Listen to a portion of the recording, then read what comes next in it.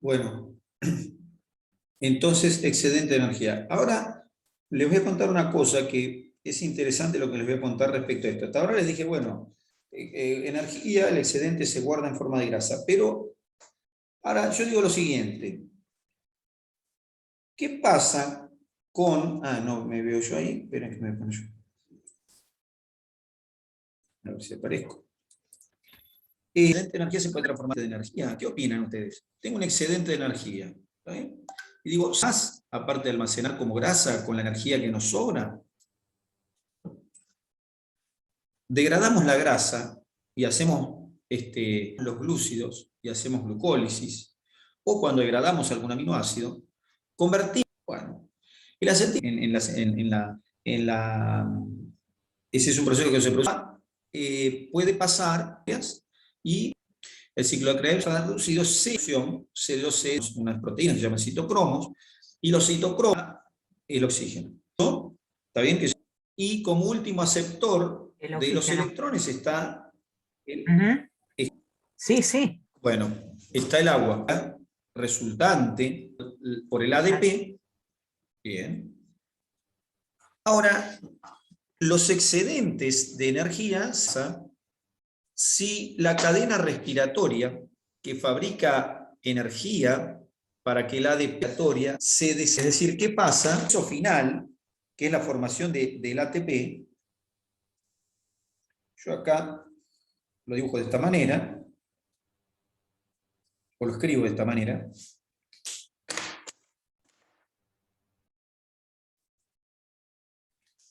Yo hago así, hago el que de naranja dibujo como por la cesión de energía que está dibujada por el ADP para unirse al oxígeno y se forma agua. Ahora, ¿qué pasa?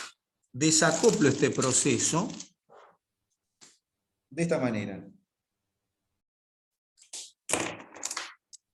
Lo desacoplo significa que por el salto de electrones, ¿qué va a pasar si hago esto? ¿Acumula como grasa? Queda ahí a la deriva. Repetime. Esta es la respuesta. Se produce calor y no se produce. ¿Está bien? No se produce ATP. Se produce calor. Así de pasado. ¿Puede ser mecanismo para desacoplar el ATP? Sí, receptores que se llaman receptores beta 3. Pero tiene la grasa parda. Y esos receptores beta 3 se unen. Y una de las cosas que sucede cuando hay ese acople, en forma indirecta, es la teoría de la fosforilación exodia. O existirían formas, por lo menos, de las cuales podríamos oxidar, podríamos pasarlos por el ciclo de Krebs, terminar su oxidación con el último formador de agua, y además de producir energía. Bueno, sirven para quemar literalmente la grasa, o de quemar los excedentes. Estos mecanismos, en los recién nacidos, que tienen grasa parda, estos mecanismos, ojo, porque ¿cómo se puede hacer? En relación a esto, sabemos que hay drogas, por ejemplo, algunos fenoles. El dicumarol, que es también que tiene que ver con ácidos grasos, ¿está bien? La capacidad de hacer ese desacople. No nos sirven estas moléculas porque fabrique calor en vez de que fabrique grasa. Como existen mecanismos para generar directo, obviamente, o general, producen calor de granamiento. ¿Está bien? O sea que las que dijimos de hacer algo, literalmente de oxidar, algo de calor. Se produce, o sea que para que se produzca el almacenamiento de energía, ese es uno de los estímulos más importantes para que se lleva a entender cuándo empezamos a almacenar y por qué empezamos a almacenar. Empezamos a almacenar porque satisfecho, y no solo está satisfecho, es decir, está sobre mecanismos de almacenamiento, están de ATP dentro de las células. Cuando el adipocito tiene excesivo ATP, en lugar de ir a una beta oxidación o a una degradación, va al almacenamiento. Y lo mismo le pasa a todas las células. Es energético. No es que se almacena porque la grasa esté flotando ni nada, sino porque la energía, eso es almacenamiento. Si nosotros la energía no la traducimos a ATP, entonces, produciendo y gastando, corporal. excedente, corporal excedente, se disipa. ¿De acuerdo? El calor corporal se disipa. Como decía en la diapositiva que estábamos viendo hace un ratito, tiene forma, esperen que la busco de vuelta a la diapositiva previa. ¿Está? Entonces, la energía, ahí está,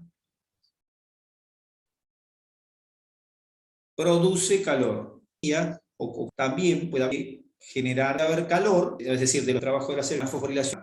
O sea que el calor se pierde, ven ahí, por radiación. Radiación es el calor. ¿Qué se imaginan que es el calor? Yo digo el calor. ¿Cómo existe el calor?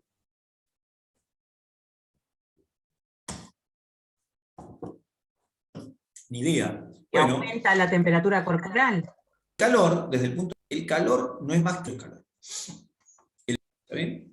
El calor, partículas.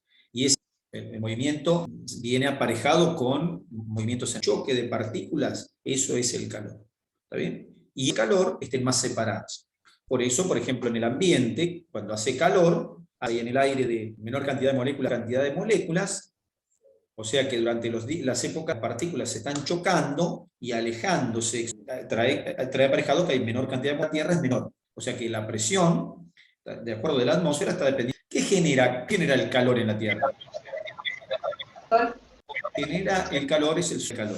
¿Y cómo genera calor? Mueven a las partículas que están, se llama radiación solar, y la radiación solar es lo que mueve el movimiento de las partículas y nosotros terminamos sintiendo como calor. En el frío las moléculas tienden a pesar más en la como hace calor. Por eso, es decir, de masas de aire, donde la concentración de las partículas. ¿Está bien? Esto, por ejemplo, esta es una forma de producir calor. ¿Está bien? Esta es la única forma de producir calor permanentemente, calor. ¿Está bien? Y calor, de esas moléculas que hace que aumente la temperatura. Nosotros, cuanto más movimiento, más temperatura, menos movimiento, menos temperatura. Entonces, ahí está la cosa.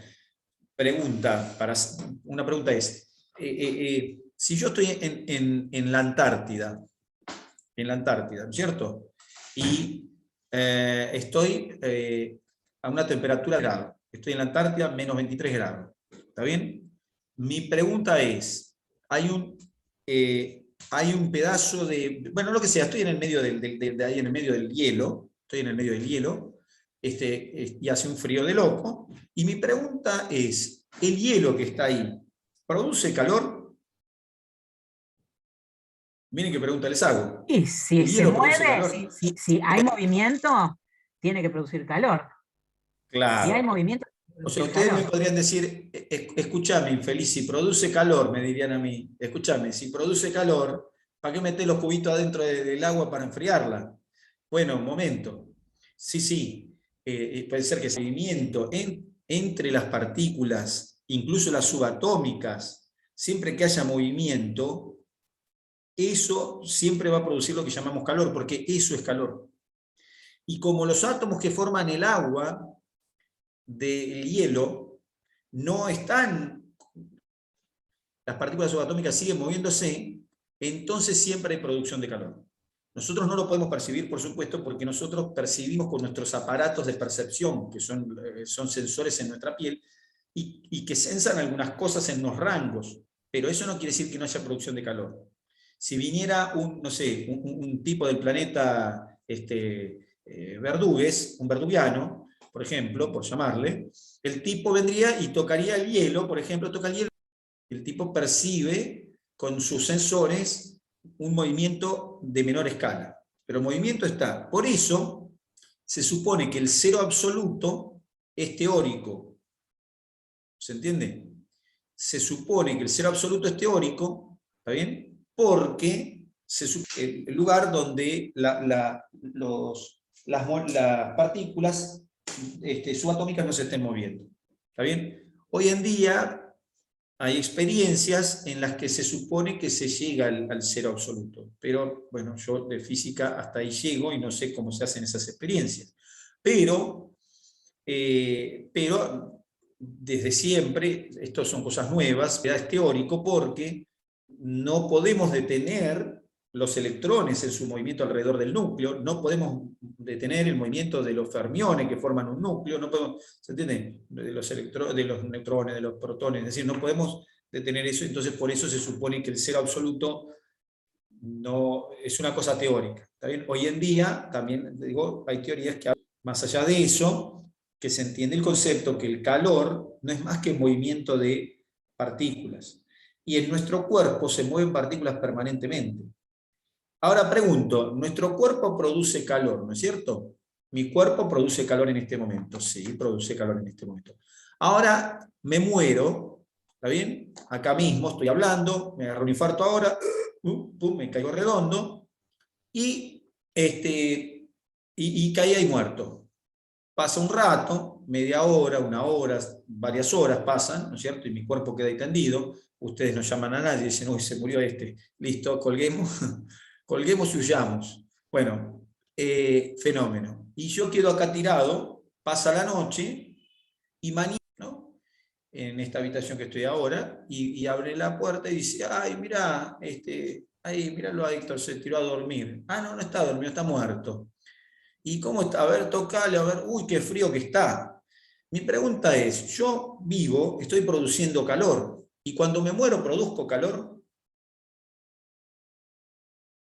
Sí, sigo produciendo calor. No Sí, porque llego la a materia se transforma, no se...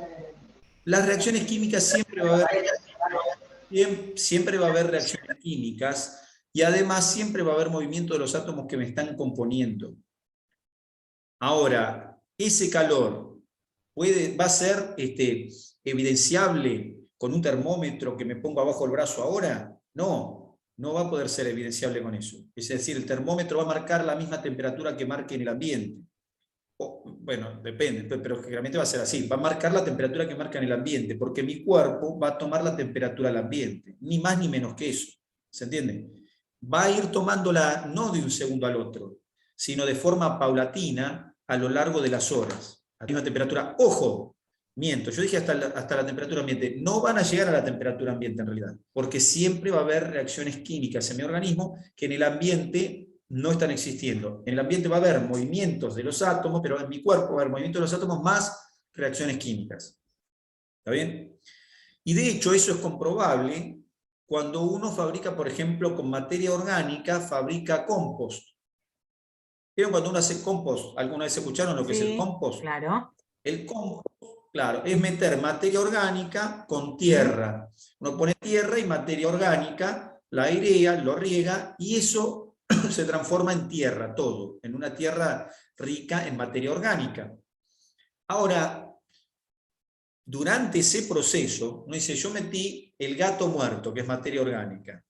Meto el gato muerto en una compostera con tierra, lo aireo, lo riego, y lo que voy a notar es que el gato estaba muerto, por supuesto, pero lo que voy a notar al cabo de unos cuantos días es que la tierra se calienta.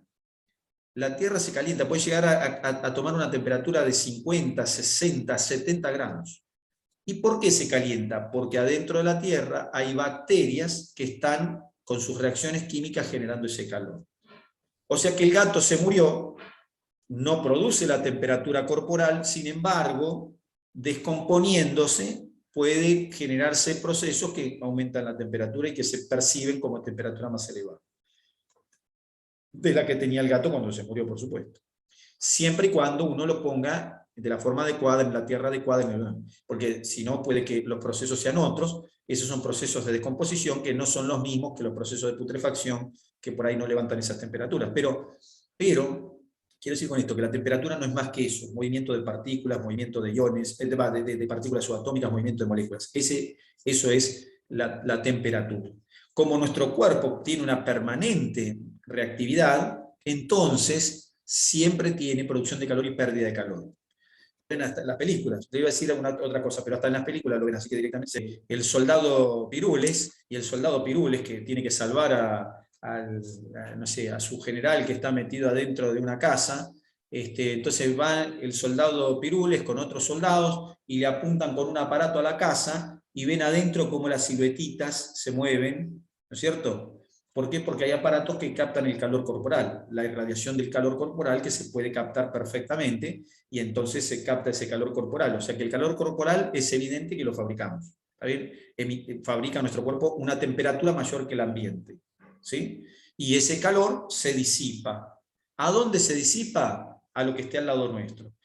La mayor pérdida de calor que tenemos es por lo que llamamos por radiación, el calor que irradiamos, al medio, ¿está bien? Esa es la radiación, es la pérdida mayor de calor, como dice ahí, corresponde al 60% de la pérdida de calor nuestro. Y el otro porcentaje grande de calor lo perdemos por evaporación. ¿Cómo evaporación? ¿Qué significa por evaporación? En la transpiración. En el sudor. El sudor se lleva gotas que tienen una temperatura, es decir, tienen un movimiento determinado que se lo imprimió nuestro cuerpo. Cuando sudamos, es un líquido tibio. Ese líquido que tiene una temperatura, esa temperatura se la imprimió el cuerpo. Es decir, esas gotas, adentro de cada gota hay moléculas que se están moviendo. Que eso es calor. Cuando hervimos el agua pasa eso también. Cuando calientan el agua para el mate, las moléculas se empiezan a mover. ¿Está bien? Entonces, por evaporación y radiación. Luego tenemos el calor que perdemos, en menor medida, por conducción y por convección. ¿Qué significa por conducción? Por conducción es por conducción a lo que está al lado. Conducción a lo que está al lado, es decir, a nuestra ropa, por ejemplo. ¿Está bien? Lo que está al lado nuestro, le conducimos nuestro calor a esa cosa que está al lado nuestro.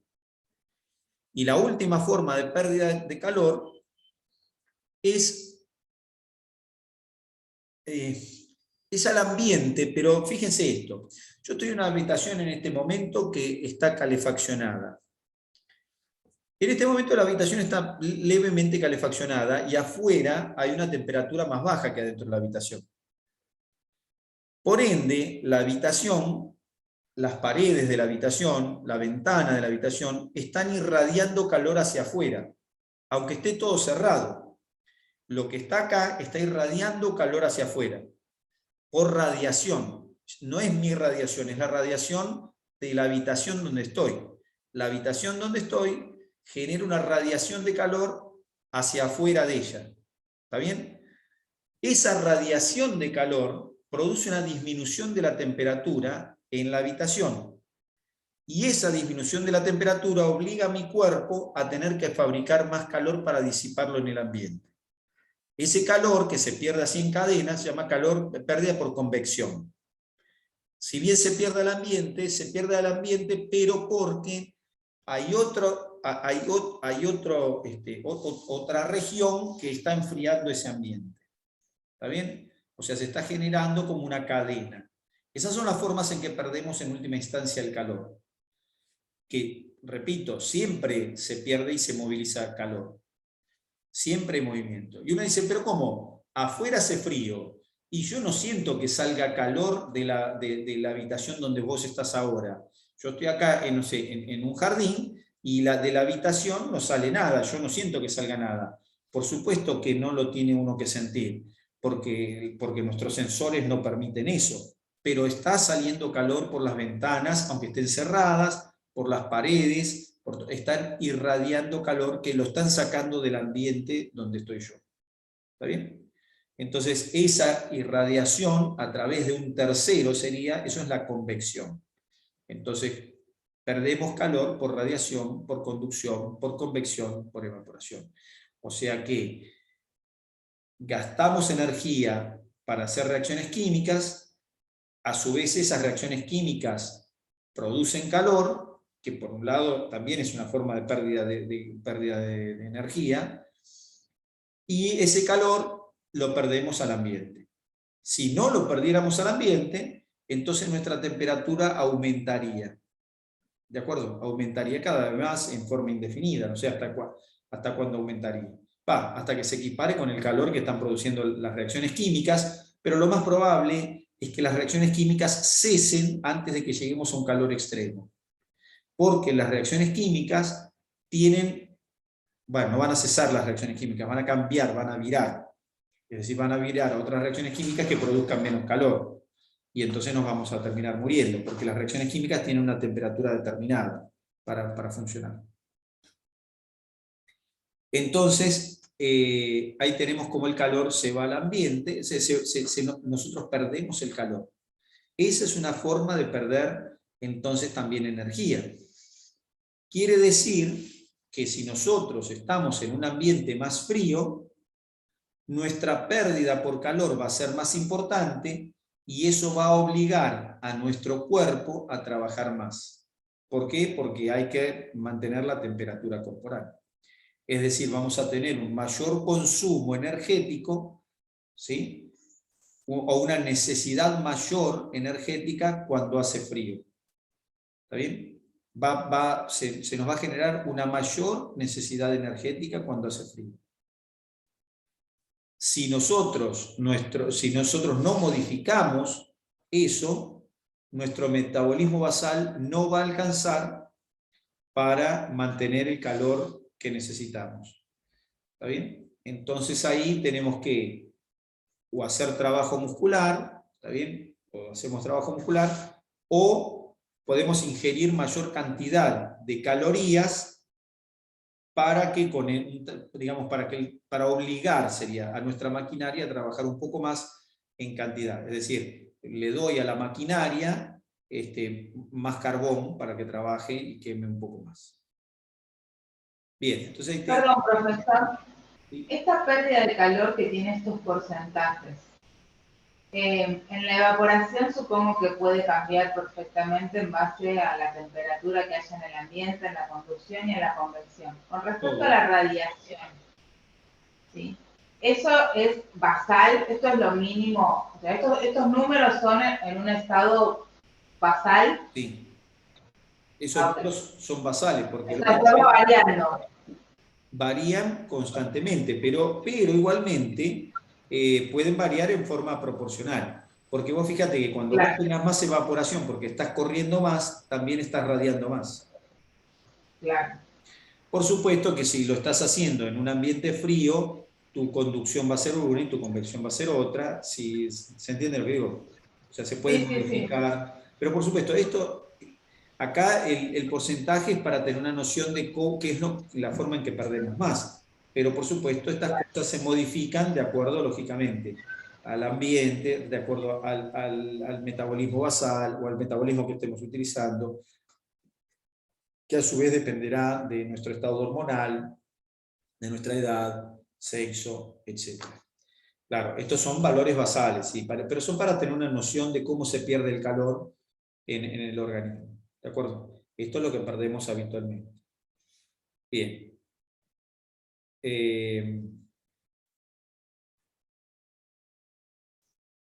Perfecto. No estaba haciendo la suma y ahí da 100%, pero estas son las formas, nada, sí, esto es estimativo. Y una cosa más, bueno, ahí tienen, ¿ven? Cuando uno puede producir calor moviendo la musculatura y también puede perder calor moviendo la musculatura. ¿Está bien? Porque uno al mover produce más y pierde más. No sé si vieron a las mañanas, bueno, no sé si alguna vez han visto en el campo, cuando hace frío, a la mañana, donde hay caballos, a veces uno los ve a los caballos corriendo. Y dice, ¿qué están locos los caballos? Se ponen a correr solitos, porque ¿qué pasó? Hay carrera de caballo y no. No, los caballos corren porque eso es lo que les genera el calor. Hace frío y el caballo corre y entra en calor. ¿Está bien? Entonces eso, nada, producción de calor. Ahí ven métodos de producción de calor, el músculo que se mueve, el sistema simpático. El simpático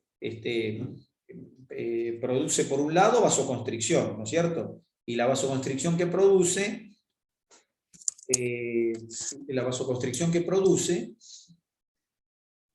sirve para guardar calor adentro del cuerpo, es decir, para aumentar la temperatura. ¿Está bien? O sea, cuando el simpático funciona, la piel